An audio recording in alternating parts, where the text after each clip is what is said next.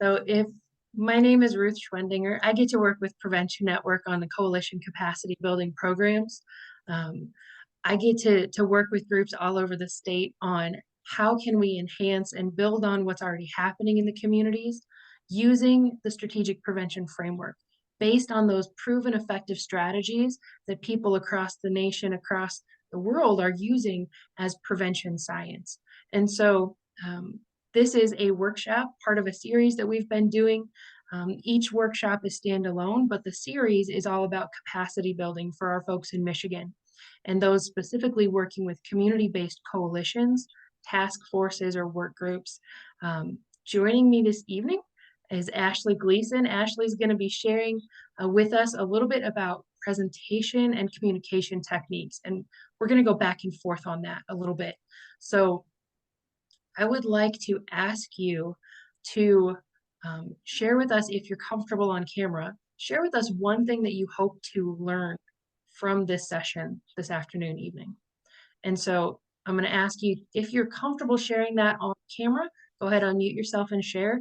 If not, please put it in the chat box, because we're really hoping to have a dialogue, a workshop where everyone's engaged. So what's one thing you're hoping to learn about communication, presentation? And then while you're considering that thoughtfully, Ashley's going to introduce herself, and then we'll circle back to your responses. Ashley? Awesome. Hey, everybody. My name is Ashley Gleason, and I am a health educator at the Marquette County Health Department. I'm also a prevention specialist with a development plan for the state of Michigan. I specialize in youth prevention. So I do a lot of communication with youth. I do a lot of educational initiatives with middle schoolers. And if there's anything I know about middle schoolers, they are tough to keep engaged. So I have done a lot of different methods to make sure that my communication style is very engaging and exciting and easy to follow along with. So I am super pumped to be able to give you some of my tried and true methods of communication and keeping people engaged, and just, boiling it down and breaking it into smaller chunks of dynamic communication. So thank you very much for joining me, and I'm looking forward to sharing some nuggets of knowledge with you. Thanks, Ashley. So what are your thoughts so far on what you expect to learn, what you're hoping to learn today? I'm going to jump right in because I was excited when she said about being engaged. And it is tough to get students, their attention span, even just the initiative. What are they talking about? Oh, that sounds interesting, instead of just, I don't want to say educational, but not fun. So I'm really excited to hear about that. Also hoping to hear some things about how we can grab attention of community, like residents. Okay. Good points. Thank you. Thank you for sharing. I'm excited to learn about to engage middle schoolers because they are tough. Amanda and I have kind of tossed around some things, and we found some things that work. But yeah, how to keep the kids engaged in our program, but also how to engage the schools, which is such a hard thing, to get them to be interested in our program or give us meetings. So I'm not sure if that is part of this, but I'd love to have a conversation with that. Let's add that in real quick, Ashley. You type like the wind. You can add that in, right? Oh, yeah. I'm just going to add a slide right now about engaging schools. But lucky for you, I just had a principal meeting today with the Marquette Algerisa principals. So I did a lot of trying to keep them engaged too. So I do have some thoughts for the end if we want to kind of have a roundtable on keeping the grownups in our lives engaged too. Right, because if we're not engaging, that makes sense. Sorry if I got somebody. Oh, no, it's okay. I mean, what I'm hoping to get out of it is more in that vein as well. I would say in terms of the engagement of the schools and community members, and being able to present this information to them concisely, right? But still impactful and engaging. Okay. Well, I know Ashley's going to get into this as far as know your audience and know what's important to them and things like that. I do want to share my email address and phone number in case anybody has to leave early. It's ruths@preventionnetwork.org. And then my phone number here is an area code from Oregon. That's my mobile number. That's what I use. So if I end up calling you and you see that pop up on caller ID, don't be afraid to answer the call. Our expectations for this afternoon, evening for all Prevention Network programs are to recognize that we have a shared purpose. Our purpose is to work towards a prevention of substance misuse in Michigan. And that purpose is pretty important, that we recognize that we're coming and working towards a shared goal. You know, we're working in different communities, we're working in different ways, in different venues, from a different perspective. And that's the value of coalitions, really. But we do have that shared purpose. And so it's important we recognize that. I mentioned a little bit ago when Brooke was sharing about that culture of growth that we get to foster. Because when we come here with a sense of humility and recognize that I don't have all the answers, I don't know all of it. I don't know everything there is to know, and I never will, but I will continue to listen. I will continue to learn and seek out those answers. And there is opportunity in all of that. And there's no shame. There's no reason to feel bad about not knowing what other people know, because that's an unreasonable expectation. So in that, we understand that we're all fostering a culture of growth just by participating tonight. So I appreciate you being here and being willing to share your experience, because I learned from your experience as well. My personal value, and one that I share with Prevention Network, is honesty. It's really critically important that we're honest with ourselves so that we can address the issues that need to be addressed. If we're not willing to recognize what's going on realistically in our environments, in our communities, in our homes around us, we're never going to be able to overcome those challenges. The final point here is challenge by choice. I am a forward person. And so I will oftentimes call people out and ask them to do things or ask them to share. I'm going to take a moment now and let you know it's always okay to tell me no. So this challenge by choice is participate to the level of your willingness to be involved. We are recording this session so that other people can engage in what we talk about later in the learning objectives. However, I'm also available for one-on-one conversations. Everybody at Prevention Network is available for training and technical assistance on an as-needed basis. So I just wanted to share that with you. I did notice some things in the chat, and I did remember that I also want to enable closed captionings. For anybody who's hard of hearing, it makes it better for everybody to be able to have that option. So just checking the chat real quick. Paige added where she is from. If you would like to share your contact information with anybody that's on the call today, but not widely, please go ahead and put that in the chat if you want to be able to communicate with one another after this session and network a little bit in that way. So our learning objectives here, Ashley, would you like me to go over these, or would you like to include this in your session? No, it's perfectly fine to go through the learning objectives. I do have a couple goals for us as well in my presentation, but I think that part of dynamic communication is revisiting important topics. So take it away. Okay. So my objectives are to help build the knowledge and the skills that we'll need.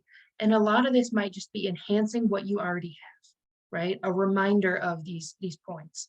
I want you to be able to know what your mission is, visualize it through branding, and know how to share it. Ashley's going to work us through some of these specific skills that everybody should be able to have. So Amanda, if you're in there talking to the principals and they give you 20 seconds, are you going to be able to introduce yourself and your purpose? Are you going to be able to give your ask? And Brooke, when you're looking to possibly create trainings in the community, how do you do that? How do you put something together like that from start to finish? And how do you know that you're able to be effective in your communication style for that particular audience? whether it's middle schoolers or the community at large, right? So does that make sense? Everybody's on board with that as far as our learning objectives for today? I have some bonus content. So I'm also going to talk a little bit about how to secure MCBAP CEUs. For those of you who are wanting to offer trainings in your community, which I think is everybody. When you want to offer trainings to your community members, being able to offer those continuing education units is really helpful too. And MCBAP is what we use for the Michigan Certification Board for Addictions Professionals. That's the certification that we hold as an approved provider at Prevention Network. So looking at our first learning objective, know what your mission is, be able to visualize it, and be able to share that through branding. I want you to take a look at these 3 different billboards and consider them and talk to me about what your thoughts are here. And we'll look at the one with the butterfly first. And these are just examples of billboards that have been created through the C3 program. And so I just want to ask you to take a look at the butterfly one. What do you notice?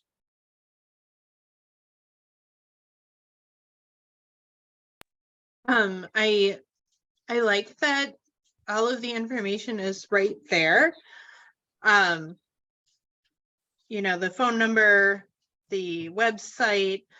I like that it doesn't have, you know, sad pictures on it of somebody that's depressed.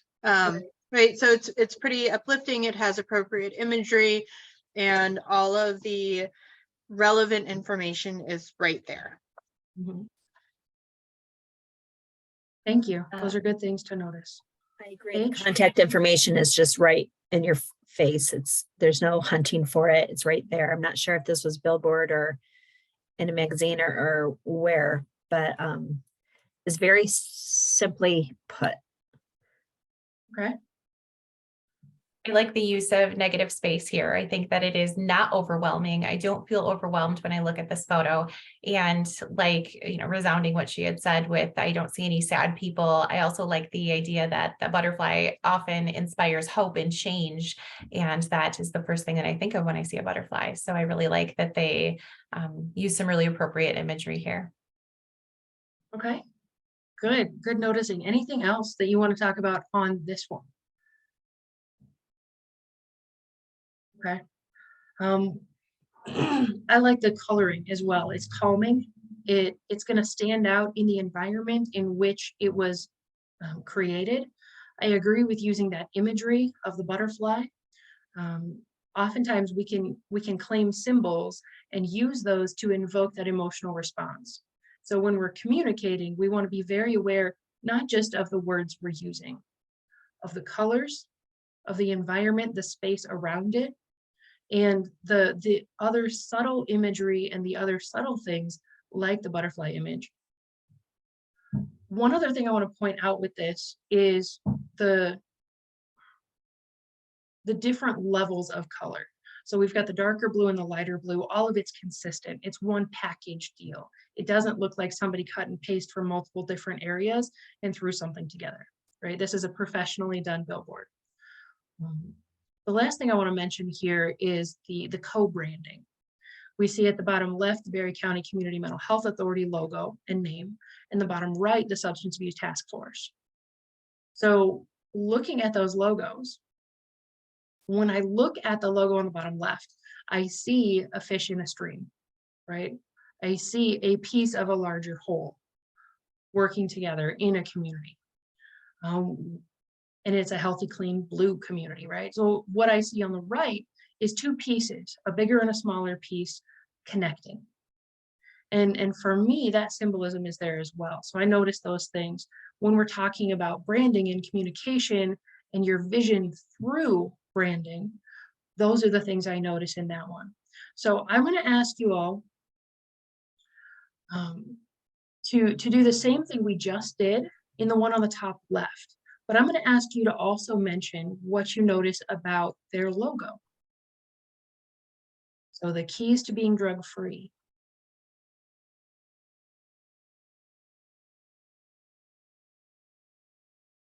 It could be more different.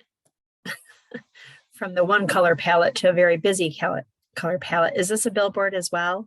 It is. Each of these is a billboard in a different part of the state. Maybe the font will be different when it's humongous, but their logo itself, while the font is very cool and I think a little trendy, it is harder to read because it is so smushed together. Is that what you're looking for? And I can't read the bottom. So I'm not worried about people trying to read the bottom. The bottom is the funder statement. That's not critically important. It's just a mandatory requirement, right? So yes, on that logo, if you were to mention, hey, the font looks trendy, but it's a little hard to read, there's some fading that you could do for the background picture behind that would help that pop a little bit more. For some people, the logo is just not that important, and it's okay that it's smaller and not as easy to read. I also did reduce this down from 22-foot billboard size to a third of a PowerPoint slide. So what else do you notice? You notice the color palettes are completely opposite, right? What else do you notice? There's no contact. Okay. Yeah, I think that it's the Healthy Youth Coalition, but I know nothing about the Healthy Youth Coalition or what they do or where I would find out more information. There's not a lot of context about it, I guess. So I don't want us to get overly critical, but I want us to recognize that the different impact on that each of these billboards is having on us is based on location. So if you were in Marietta or Menominee County, you would know what the Healthy Youth Coalition is. It's pretty well known there. They've been doing a lot of public activities and events in that part of the state, specifically for kids. But the reason for the color palette too is significantly different. The bright primary colors screams youth, kids, right? Whereas the other one is calming and more focused on those people who are looking to the sky for relief and wanting to see those calming colors and fresh air, right?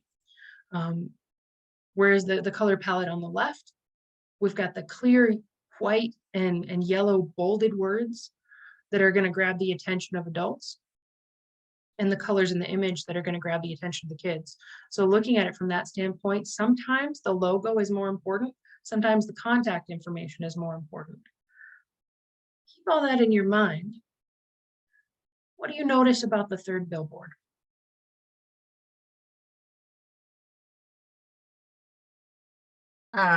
Well, one thing I noticed is my attention is only on the live well, and like that's the only thing I can focus on. Like I just don't look at it. I don't see anything else. Also no contact information. So again, if you want more information, want to follow up, like how are we supposed to do that? Yeah. Good points, all of them. Anybody else? What I like about the one on the bottom is that I don't know what Kalakaska, I don't know if I'm saying that right. I don't know about Kalakaska's substance-free coalition, but I do know a little bit something, which is they, eliminating stigma, providing education, connection, support. So it gives me a little bit of a better idea of like the things that they kind of work on or stand for. Okay. Yeah, it tells you kind of who they are a little bit beyond what you might deduce from just the logo. So this was a rebranding campaign. This was part of a rebranding campaign. So they wanted to get the new Live Well logo out there with the colors and the imagery. And Kalkaska County is very rural, as is much of Michigan. And my feedback on this one, if nobody else has other things to note here, is that there are way too many words. Like Amanda said, my attention span is only so long. But in the context, there's very little else to look at. People don't drive that fast down the road where this is located. And so it's been extremely effective at what they were hoping to do. So the purpose of each of these billboards is significantly different, right? So rebranding, offering a place to connect for a better tomorrow, right? Versus engage with our coalition or Healthy Youth Coalition to be drug-free. Get our attention. We want your kids to be engaged with the things we're doing in the community. So each of these has a different purpose. Each of them was created for a different location, for a different audience. And so what we're going to talk about next is just the importance of knowing your audience and knowing your location. So I'm hoping that that was helpful. Nobody said anything about the logos on the two on the left. Does anybody want to say anything about those? Somewhat similar. I mean, I do like the logo on the Live Well. Like I said, it does draw my attention. I notice it. What Partly does it because make it's you think of? the image. Mhm.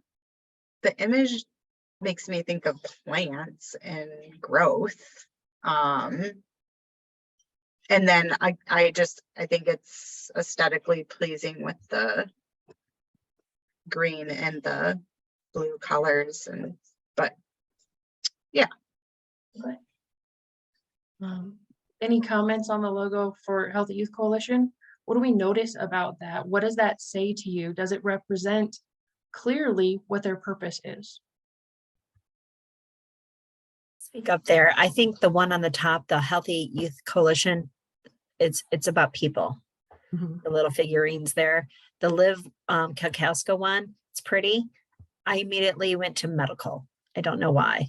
I went to hospital or medical facility. Because it says well in the title. And when we talk about wellness, we're thinking about our physical health. Definitely, it went right there. But yeah, the Healthy Watch, immediately people. Okay, so yeah, it's very, very clear what the Healthy Youth Coalition logo is presenting to their community.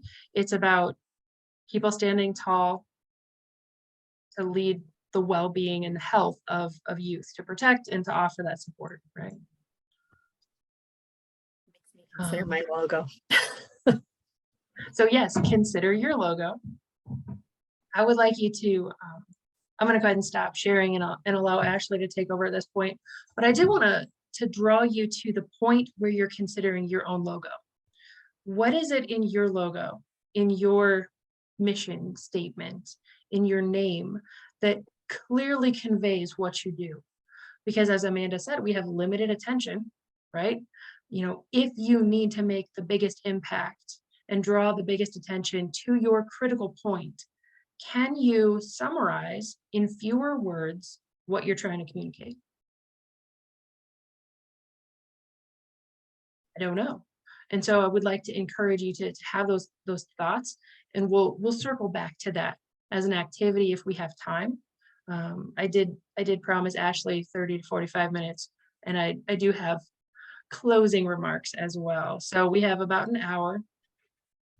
For the next 30 minutes or so, Ashley's going to walk us through some of those skills. And I want you to really think about your logo, your mission, your vision, how you present yourself to the community, how you present yourself to the participants in your programs. So, and then we'll come back. So, Ashley, it's all yours. Awesome. Thank you so much, Ruth. I love it when you present. I always get a lot out of it. Let me share my screen here.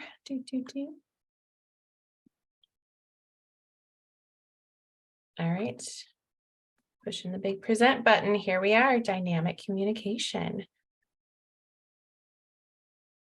Can everybody see what I'm seeing?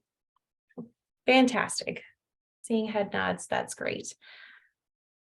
Alrighty, so a couple different goals for what I'm going to be presenting to you guys this afternoon is we're going to, of course, be taking a look at communication in its raw form. So just the definition, defining it, really discussing the difference between verbal and nonverbal communication and how important that is without us actually realizing how intensely important it is. Talking about how body language is really influencing our communication styles, being able to introduce ourselves and our purpose in 20 seconds, and discussing how we can communicate with that clarity and confidence that we're always striving for. And then, of course, a couple different tried and true methods for how we can prepare the 20 to 60-minute presentation and delivering that presentation in a dynamic platform. Any questions before I dive on in? Awesome. Okay, so just as a little warm up, I'm sure you guys can think about it back in your grade school days playing the telephone game. They give you a message, you pass it around the room, and by the time you get to the end of the room, it is a completely different message than the one you intended to send. So I just want to take a moment and examine quickly what makes this a terrible way to communicate.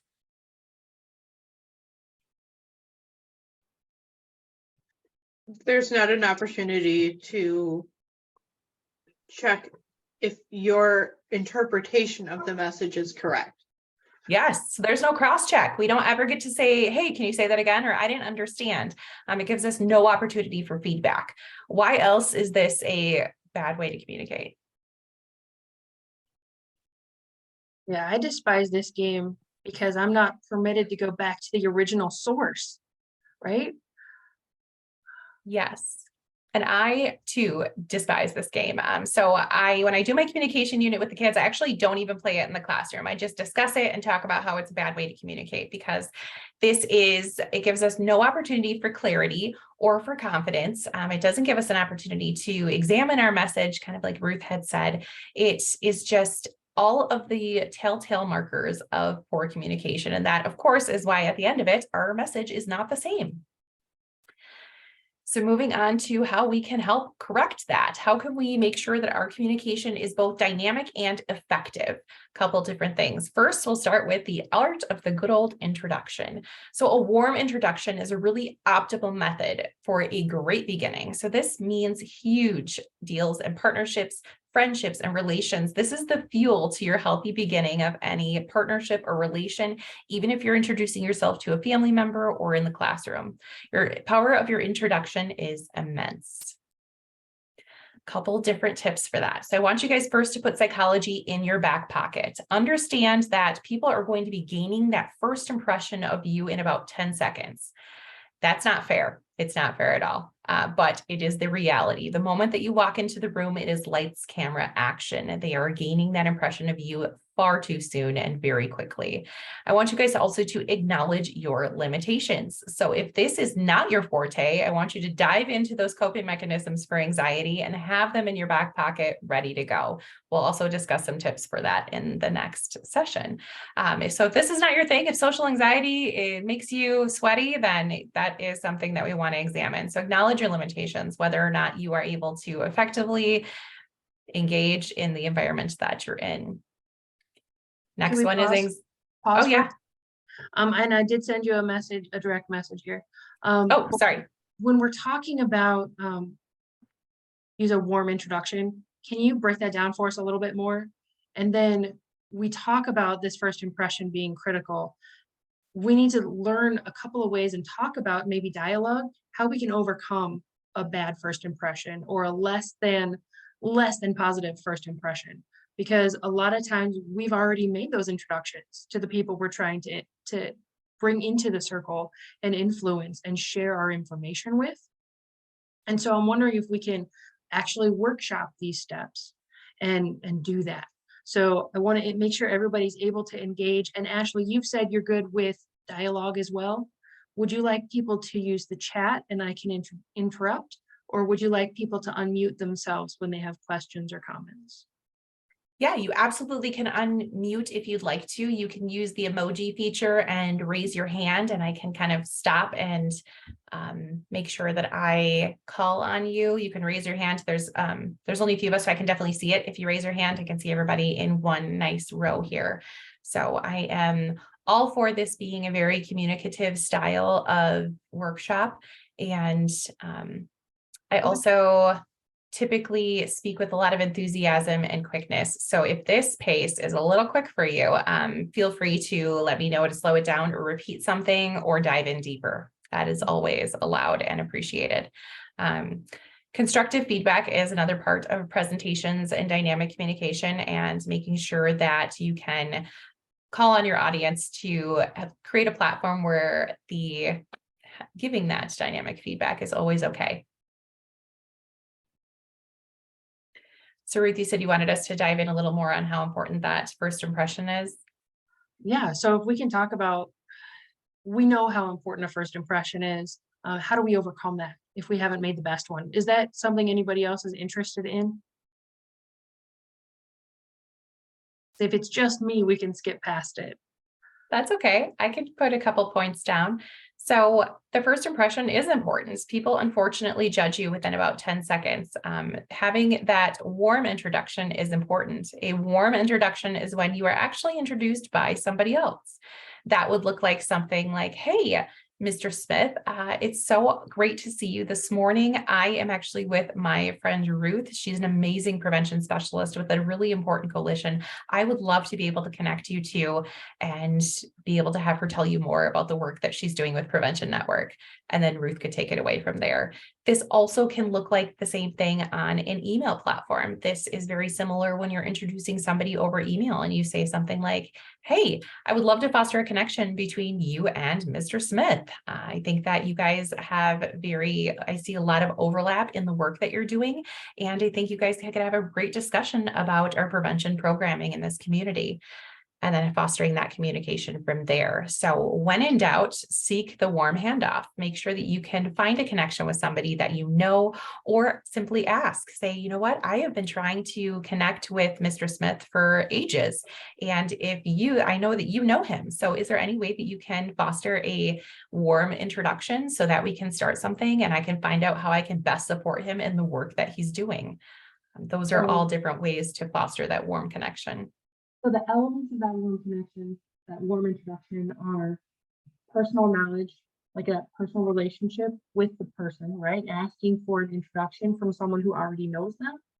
And then having that shared interest, right? So in that introduction, find common ground. Because if you don't have common ground with somebody, that's what makes it really difficult to engage with them, right? So we all have common ground on something. Substance abuse affects everybody. And so we just need to find that common ground when we're looking for introductions. Thank you, Ashley. Absolutely. Did anybody have any other feedback or questions moving forward from making sure that we can put a little psychology in our back pocket? Hearing nothing, we can move on to, Brooke. I was just going to say anecdotally, Amanda and I had a warm introduction today to 2 different principals who we're trying to kind of interact with. And having that warm introduction seemed to kind of help spearhead the meeting, and it was productive. So they can be very useful. I think that it's also important when you're approaching that, if you don't have a warm introduction, if you're doing a cold call or something like that, to recognize and do a little research, look into where that shared interest might be, and be prepared for them to ask, at least rhetorically, what's in it for me? And so when we're looking at building relationships for the purpose of prevention, figure out what it is that they want, figure out what it is that your organization or you as an individual can provide to meet those needs. Because I guarantee everybody that's working in a school system, everybody that's working with youth right now has needs that are not being met. And so figure out what those are. And if you can help, even if it's just through another warm handoff, be willing to take that step and fill that gap for them.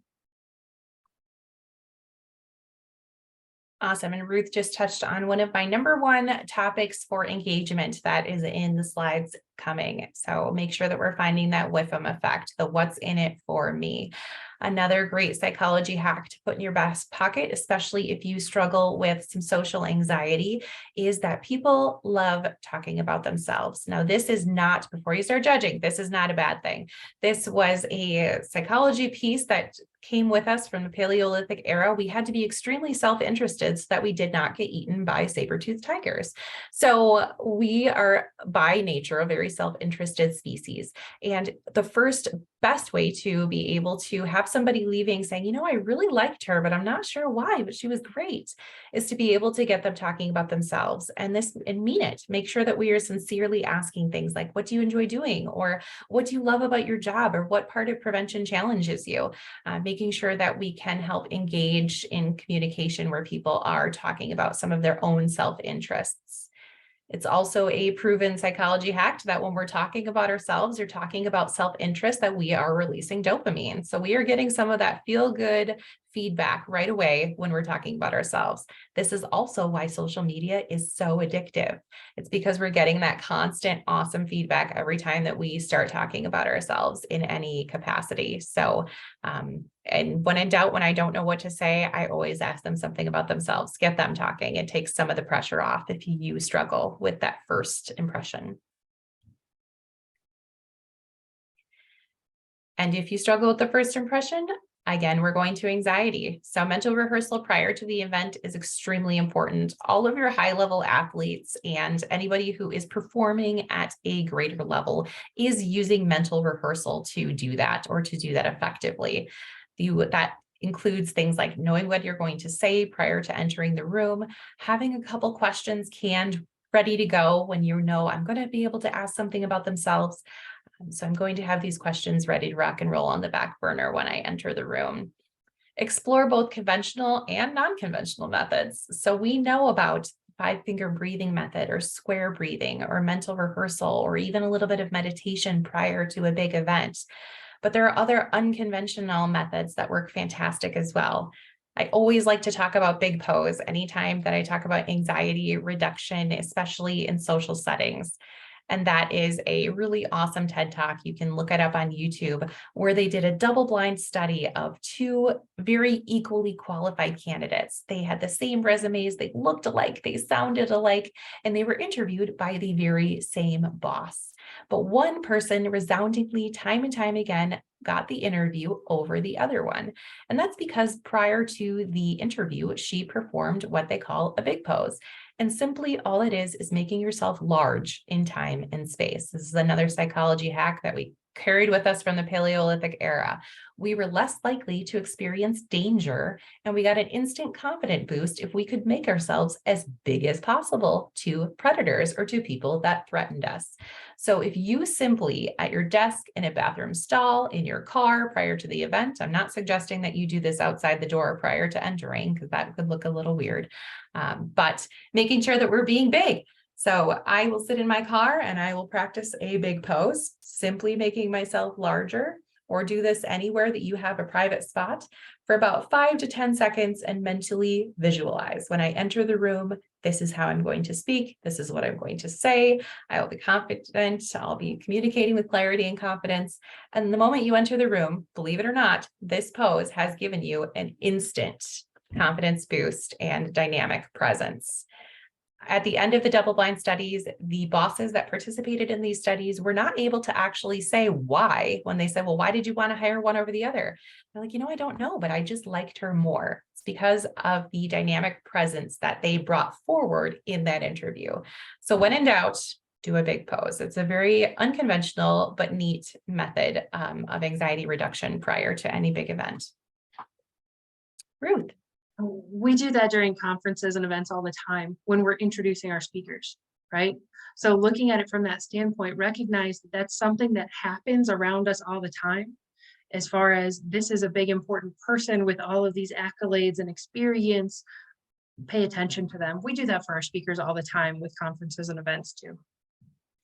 Yeah, and it works. I have done big pose for all of my big events, and I can't tell you why, but it gives me a bit of a boost and allows me to have a more dynamic presence in any room. So it's a very easy way to command a room right off the bat. So if you need your 20 seconds to be the best 20 seconds it can be, do a big pose.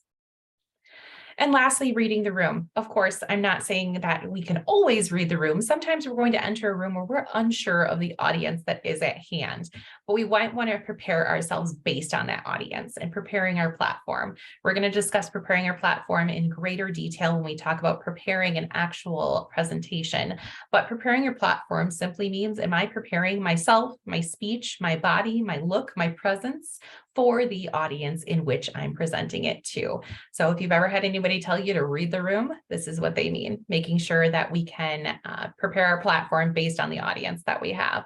My platform will be very different, whether or not I'm preparing to my middle school students or if I'm doing a presentation to the Board of Health. It's just a completely different crowd. So let's take a minute for that and analyze for a second. What are the things that you notice about Ashley's appearance, about the presentation and the slides that you're seeing that is tailored for you, that is tailored for prevention professionals on a Wednesday afternoon via Zoom? What are the things that you notice?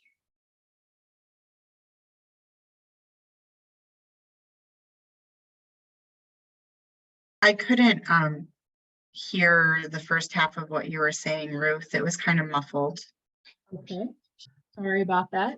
I was asking, what is it that you notice about Ashley that she's prepared for this presentation, either through the slides or through her personal appearance, that makes it appropriate for prevention professionals this Wednesday afternoon?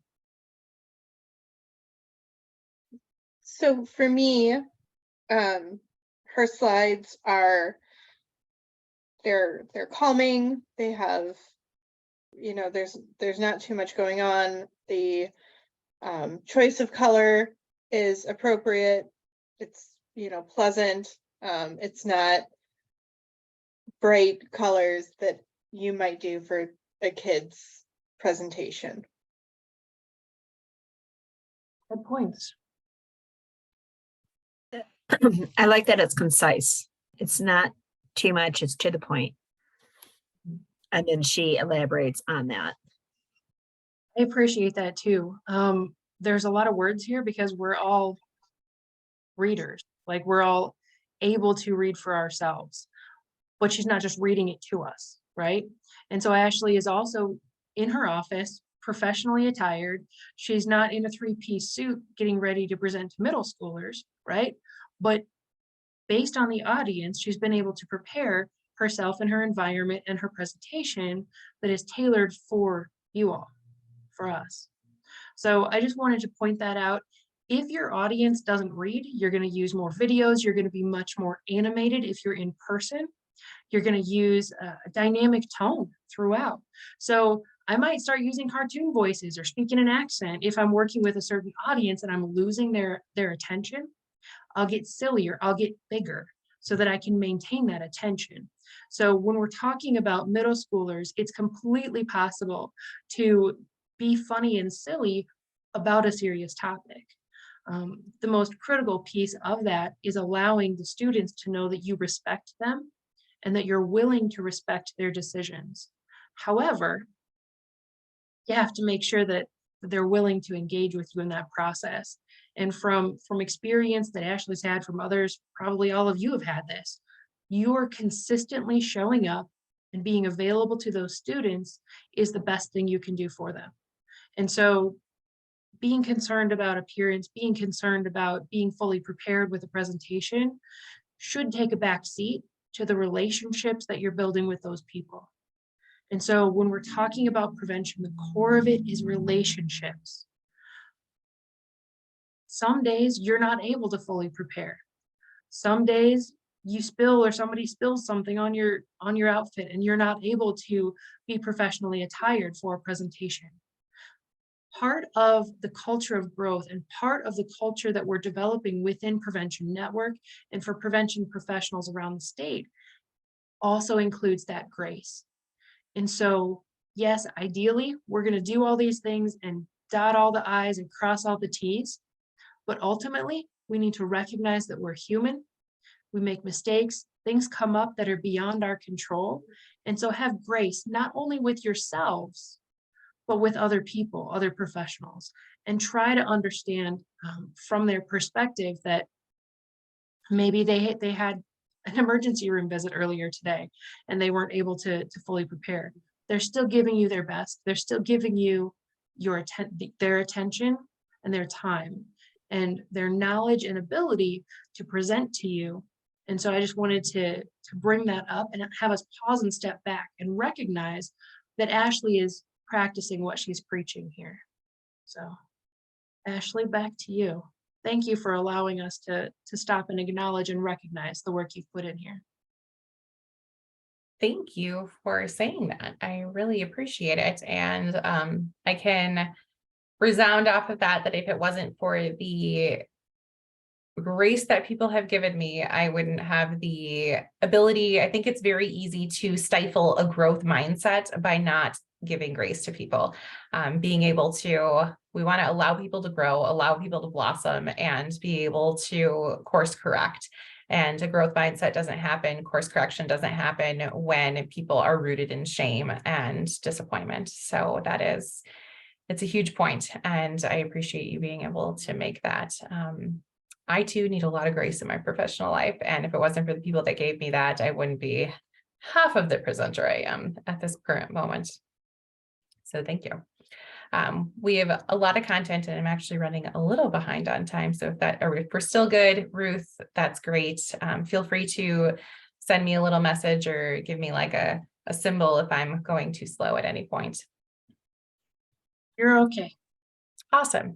So finishing up the art of introduction, a couple other things that I want to point out is that we really want to examine our nonverbal body language. Now, this is so incredibly important. Nonverbal body language is huge when we're talking about communication. You will hear me say it multiple times in multiple slides. I will be revisiting this point frequently. I want you to think about where your body is. Where is it? Where is your body in time and space? How are you feeling? Do a body check-in and do it frequently. Open your platform. It's very natural for us when we're nervous or we're about to experience a social engagement to be closed off.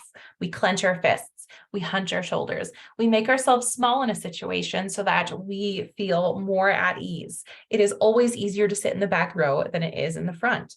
I really want to encourage everybody, especially in this dynamic time where you have your 20-second introduction, to open that platform. Broaden your shoulders, open your arms, make sure that when you're entering the room that your fists are open, your palms are open. Extend that hand for the introduction. Make sure that you're making those connections with an open platform, an open body. It gives the nonverbal presence that I am open, I am here to listen to you, and I am vulnerable. When you're closed off, you are none of those things. So we really want to make sure that you open that platform when you go in. Here's some obvious ones. Clear your mouth. The chronic gum chewers, the mint chewers, the peppermint, whatever you had going into it, make sure that you are completely clear by the time that you enter the room to do that introduction. That can also make or break your impression. Another piece of advice is hands communicate too. It's huge. And it's not just extending that handshake. When you do extend your handshake, you want to make sure that your platform is open and that you're giving a firm but not aggressive handshake, but that our hands are being able to communicate with us. So studies actually show, the data supports that when a presenter is using their hands, we actually get more out of it. We have a better capacity for information when the presenter is using their hands. So if I were to hold my hands in my pocket or behind my back or clench my fists and give the exact same presentation, you guys would not get as much out of it. So when you've got your presentations out and your papers out and you're keeping track of our methods for engagement or keeping people engaged, put using your hands. Use your hands. Use them appropriately, use them often, but it enhances what you're actually saying, and it enhances the person's ability to grasp what you're saying and to pay attention to you, to utilize those hands, utilize your body. And lastly, clarity counts. I want you guys to practice clear and concise language. Practice saying, I am Ashley Gleason, health educator, prevention specialist. Say it over and over again. Talk about it in your car. This is my big tip for TV interviews. I know what I'm going to say prior to walking into that TV interview. So when they ask me a question, it seems like I'm doing it off the cuff, but I'm not. I practiced in my car multiple times. That mental rehearsal is huge for your high performing communicators. Eliminate your rambling and your chatter. So if somebody asks you to do a clear and concise introduction, keep it at a clear, concise introduction. This is not the time to talk about your passions or your mission statements or your message. This is a time to communicate your introduction. And if they ask who you are and who you work for, that is what we want to be doing, especially on a Zoom platform. This matters when we have 50 introductions to go through and somebody starts off with a different topic. We want to keep it clear and concise. We don't want to lose anybody right off the bat, just based on what we said in our introduction. We want to save that time to keep them engaged for our message. And then stay on topic, making sure, again, that we're doing what was asked of us, and then following up. If you got a business card, send that email. If you utilized a warm introduction, make sure that you're following up with that warm introduction. If somebody had sent that email that said, hey, I'd like to introduce Amanda to Mr. Smith and foster that warm connection, Amanda needs to be responding to that email and saying, yes, thank you so much for that introduction. I would love to help support you in your mission with XYZ company. Thank you for that introduction. Making sure that we're following up and actually extending that communication beyond the initial introduction is going to be really key for dynamic communication. All right, moving on. Are there any questions about your introduction, your 20-second introduction, before we dive into more defined communication? You have a better gauge on time than I do at this point. Will we have time to practice 20-second introductions? What time are we done, Ruth? 5:30. Okay, I will make sure that I cap it off. How long do we want? 5:20? I 10 just want to make minutes? sure everybody has the opportunity to practice that, because I Yeah. think that skill practice is important to what we're doing today. Awesome. So I will cap it off. We will do I would say by 5:15, 5:20, I'll make sure that we do 10 minutes to practice with that, since we have a smaller group today. All right, thank you. Thank you. Before I dive into how we actually put together a communication platform or put together our 20 to 60-minute presentation, it's important to define the communication that we're referring to. So we all know that communication is, the act of expressing ourselves, making sure that we're clearly and readily understood.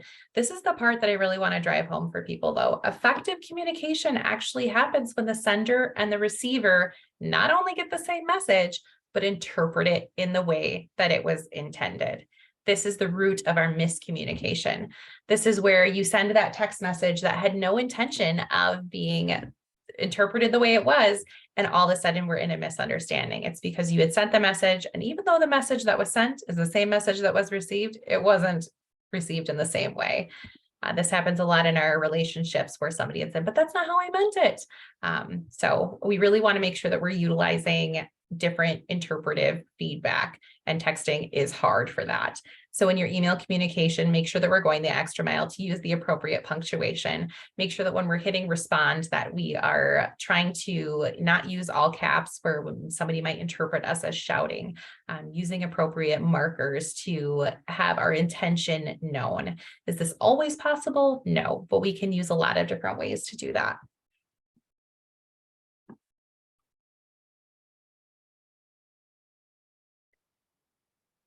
Types of verbal communication. We know this is our speech, our music, our writing, our audio visual material, all of our ways that we are talking about verbal communication. And a couple different tips for verbal communication that I like to always point out is the HAIL method. We want to be clear, making sure that we're communicating with confidence and clarity. We want to be authentic. I want you guys to put your spin on it. Be yourself. There is nothing that needs more in dynamic communication than being yourself. Integrity, being your word. This is where our grace comes in. We have always have the best intention of doing what we say we're going to do and being where we need to be, but really taking the extra effort to, if we say we're going to be there, making sure that we're communicating with integrity. And then love. It's always a great idea to be able to wish people well at the end of our communication, saying things like, hey, it was great talking to you today, and actually meaning it. So you never undervalue a little bit of kindness when we're talking about verbal communication with people. Never undervalue it. People have rough days, and as the old adage goes, we don't know what's going on in people's lives. So a little bit of kindness and grace can go a long way. And Ruth, did you have any also some feedback here before we move on? No, I'm just going to sit back and let you roll. Awesome. And here it comes, the biggie, nonverbal communication. So fun fact, nonverbal communication is over half of what we're actually communicating. It's big. It's a big deal. Our nonverbal markers say a lot about what we're doing, about how we're speaking, and it's also giving people the impression, your first impressions, your last impressions, your initial impressions, and it's ideal for engagement. So when people ask me, man, I'm presenting for middle schoolers, I'm having a really hard time keeping them engaged. One of these ways, you can add it to your second bullet point here. Let me check in with your nonverbal communicators. Is your presence communicating that you are there and that you're interested in the topic that you're actually speaking about? Kids are vicious. They'll pick up on this right away. So they know if you're not interested in that topic, and they can pick on it immediately. So I always make sure that no matter what I'm doing and no matter how I'm feeling, that I'm bringing a certain level of energy to those presentations, especially with youth. Types of nonverbal communication that I'm referring to are things like my mannerisms, my facial expressions, my body positioning, my hand gestures. I don't want to be closed off in any capacity. I want to make sure that I'm positioning the classroom, that my facial expressions are appropriate, that I'm not looking at somebody in a certain way or singling out a certain student. And then of course that my mannerisms are appropriate. Use those hands, make sure that we are engaging the room and really dynamic in our communication style. Once again, we're going to revisit the main points here. To communicate effectively, I really want your verbal and nonverbal communicators to be the same. You cannot go into a room and say, it was really amazing talking to you today, also while not paying attention or looking at the clock frequently. That's going to be a nonverbal communicator right off the bat that you've got somewhere to be and that person doesn't have your attention or time. So you really want to make sure that you do a lot of body check-ins to make sure that your verbal and nonverbal communicators are the same.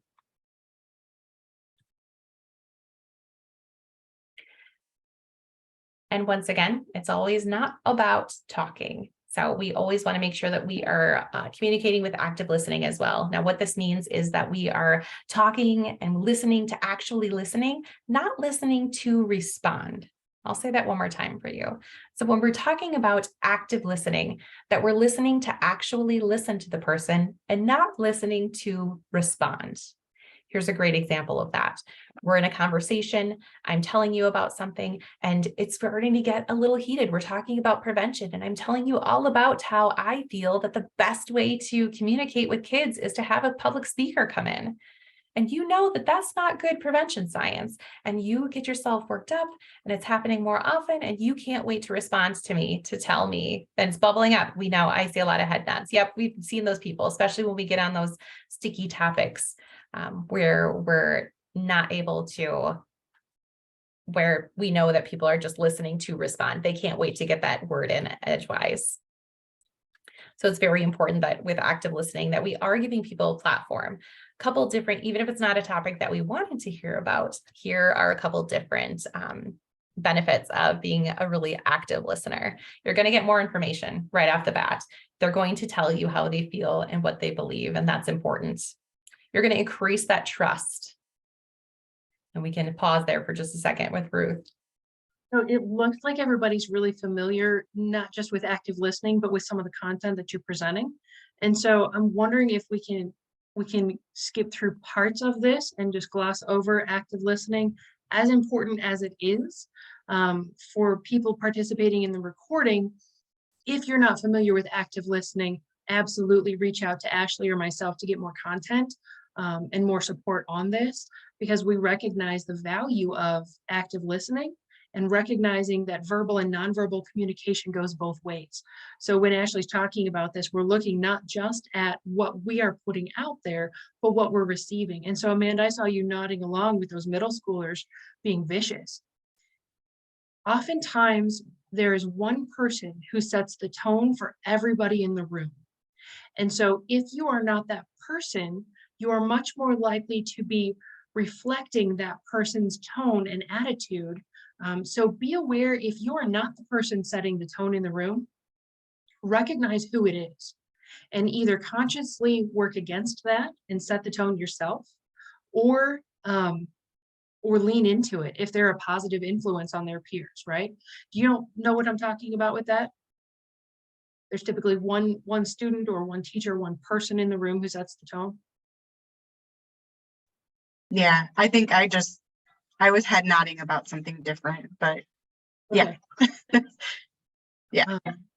So Ashley, if we can move through this part a little bit more, and you can chat on that, see that Brooke and Amanda actually teach a unit on this. So. Oh, fantastic. Wonderful. So you guys are super familiar with that. I do apologize. I was not aware of everybody's amazing capacity prior to making some of this. So that's great.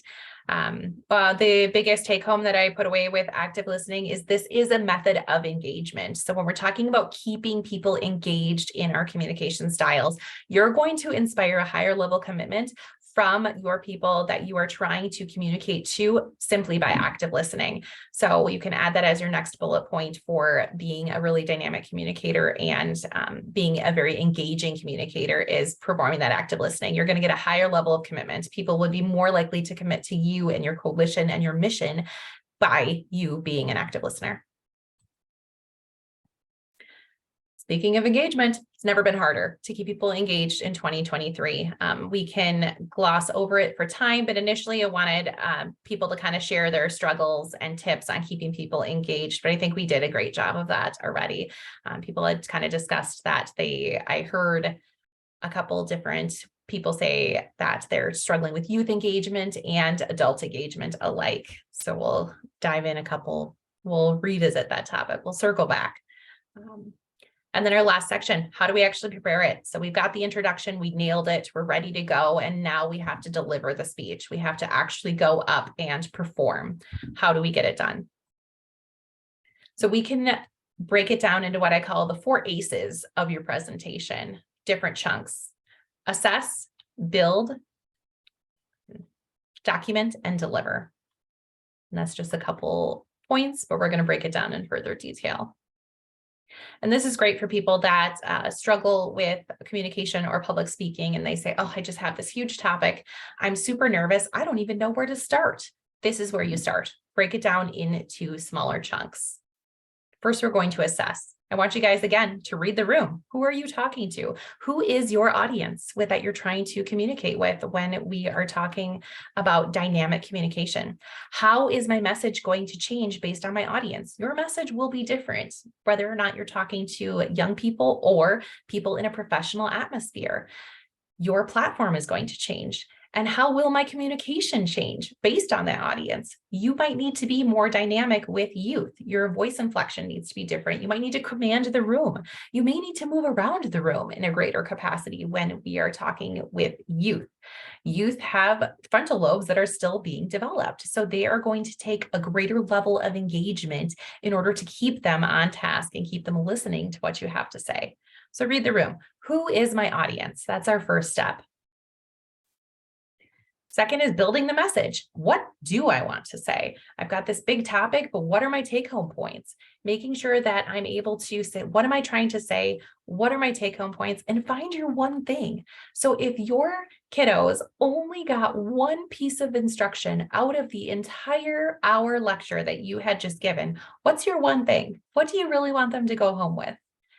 And make sure that we're finding that and revisiting that main point multiple times as we're building our message, that we're building our message based around our main points, our main communicators, and our objectives. If we're presenting to adults, we want to make sure that our objectives are clear. If we're presenting to kids, I want you to reduce that amount. Maybe we don't want 3 objectives. Maybe we only want one main point that we really want them to go home with. Documentation is everything. So again, we're going to prepare our platform.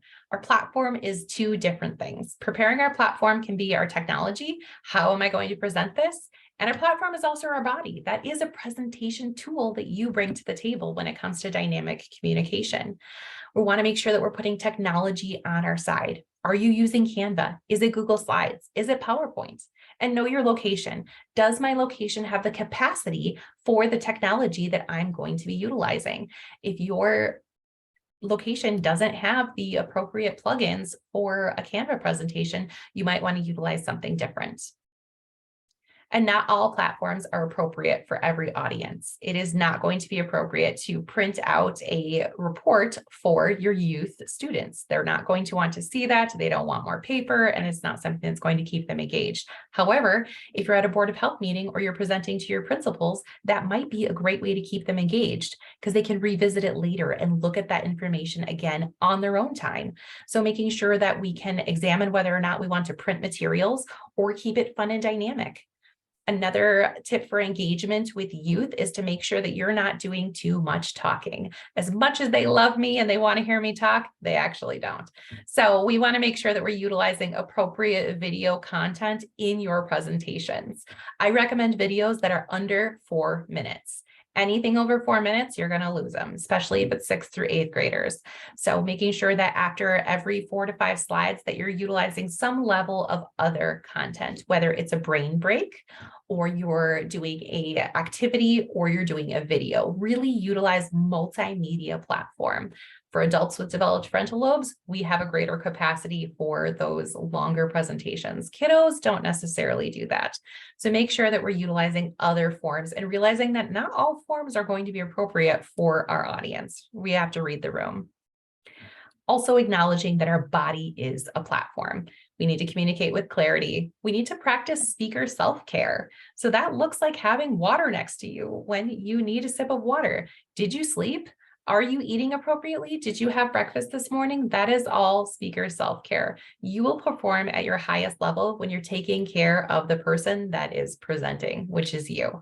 So I really want to encourage you guys to examine, what do I need to have a successful presentation today?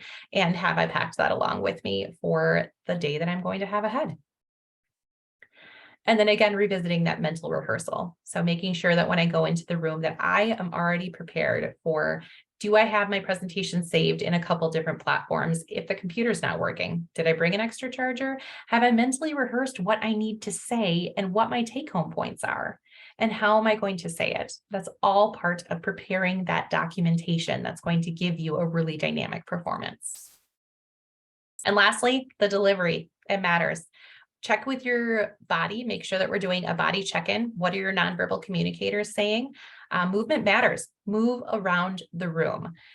Studies have also shown that speakers that stand behind the podium the entire presentation are less dynamic and perform at a lower level than ones that are walking around the room. Command the room. Make sure that you're able to move around and really engage students. This is a huge one for your students when we're talking about methods of engagement. Command the room, move around the room. And of course, do a nonverbal check. Have I started to hunch my shoulders? This is a great time to check in with your hands. What are they doing? Are they in my pockets? Get them out of your pockets.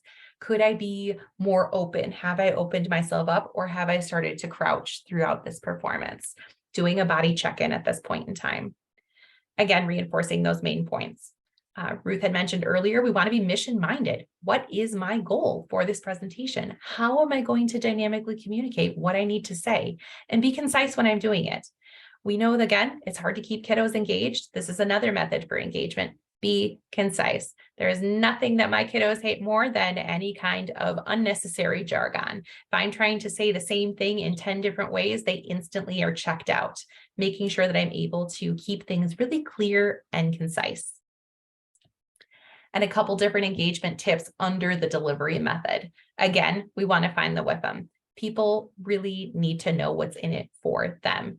And this doesn't mean that they are selfish people. It just means that a lot of people are action-minded. And as Ruth had mentioned earlier, everybody has needs that aren't being met. So if we can help utilize or capitalize on some of the needs that aren't being met, we can be better prevention specialists. I want you guys to utilize brain breaks. If you are examining your audience cues and you're seeing that people are starting to become unengaged, this is a time for an activity, a video, getting up, allowing a bathroom break, a water break, or to do a brain break activity. This is another great method of engagement for kids, making sure that you're getting up and having them do some kind of physical activity.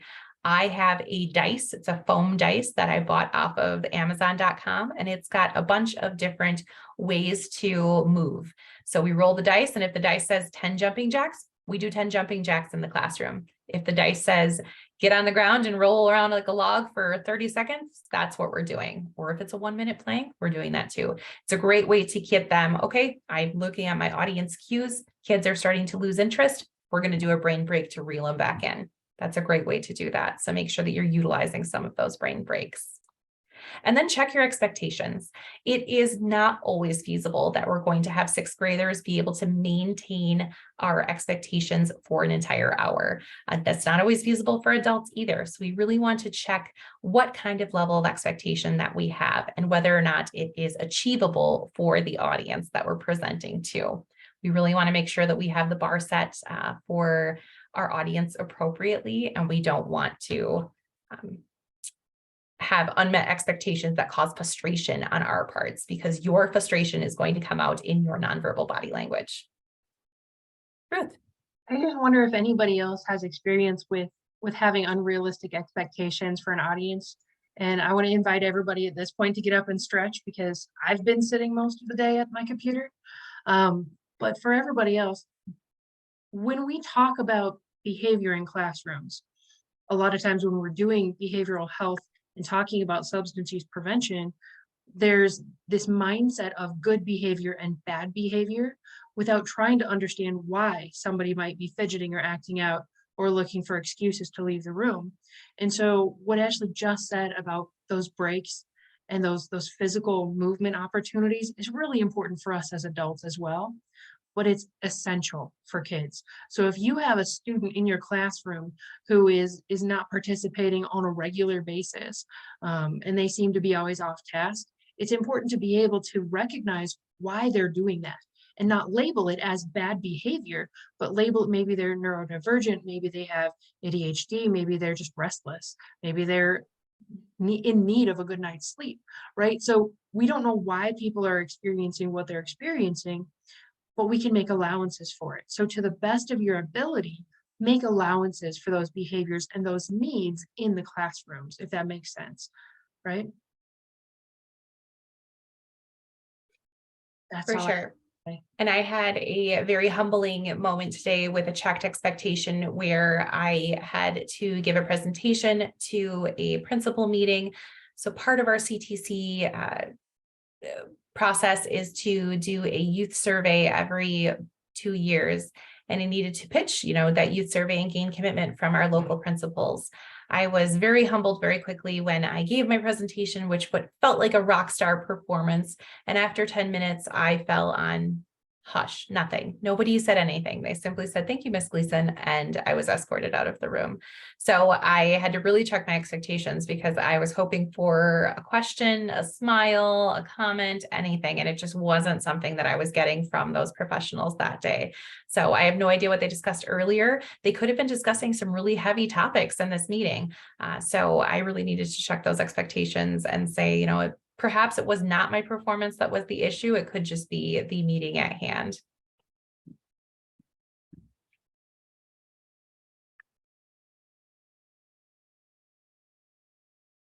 Thank you, Ashley. Does Yeah, that bring us to the conclusion? You have a couple more slides, it looks like.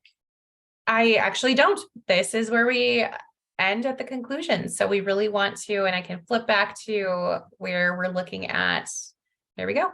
The 4 ACEs of presentation, breaking it into those chunks so that it's less overwhelming. Your key to creating a really dynamic 20 to 60 minute presentation is breaking it into these digestible chunks, assessing your audience, read the room. Who are you presenting to? Building your message, make sure that we're being clear and concise with what we want to say. Document preparation. Your platform is not just your presentation, it's your mouth, it's your body, it's you. It's making sure that we're doing speaker self-care.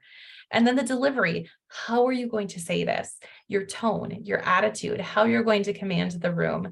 And then making sure that we're doing a lot of those nonverbal body check-ins. How am I feeling? Am I tense? Do I need a break? Making sure that we can really have some dynamic, engaging presentations that don't feel like a big topic. Everybody can communicate, but it takes somebody very skilled to communicate effectively. And I think you all have the capacity to do that. So I appreciate you letting me give you a few of my tried and true tips and techniques for engagement and preparing these presentations. And I'm open to questions. Otherwise, we have our 10 minutes to practice. Let's do some breakouts and give it a whirl. Thank you, Ashley. Thank you very much. And as some of you noted, some of this content did come from a curriculum, and that's a great thing to note. So Ashley, I'm going to ask you to make sure that you send me in an email follow-up the content source for that information, because we always want to recognize the content and the source of the content that we come up with, even though you've put your own spin on that. So we'll include that information in outgoing email along with a follow-up survey. So part of what we do with the capacity building program is we ask for your feedback so that we can keep getting better. And so I'll send you a quick five question follow-up survey just on this presentation. For the next 10 minutes though, I want to invite everybody to pitch me their mission, their purpose of their organization. So I am going to be in the role of a funder, managing grant funds at this point. And so I want you to consider in your 20-second pitch, introduction, and sell me on your mission. So we talked about your mission, your vision, your logo, all the colors, all the themes that go along with that. What are your values? What is it that's critically important that you want to be able to convey to make that first impression in 20 seconds or so? So I'm going to stop the recording here. If you're participating just via the recording, I invite you to still participate in this part, prepare your 20-second introduction, and then do a cold call or send me an email if we already know each other, and pitch me on your mission. Pitch me on funding your next project. So go ahead and keep that information to yourselves. I'm going to stop the recording at this point. Thank you so much, Ashley, for overcoming what you've overcome today to give this presentation. I really appreciate it. Thank you, everybody else, for participating to the point that you have.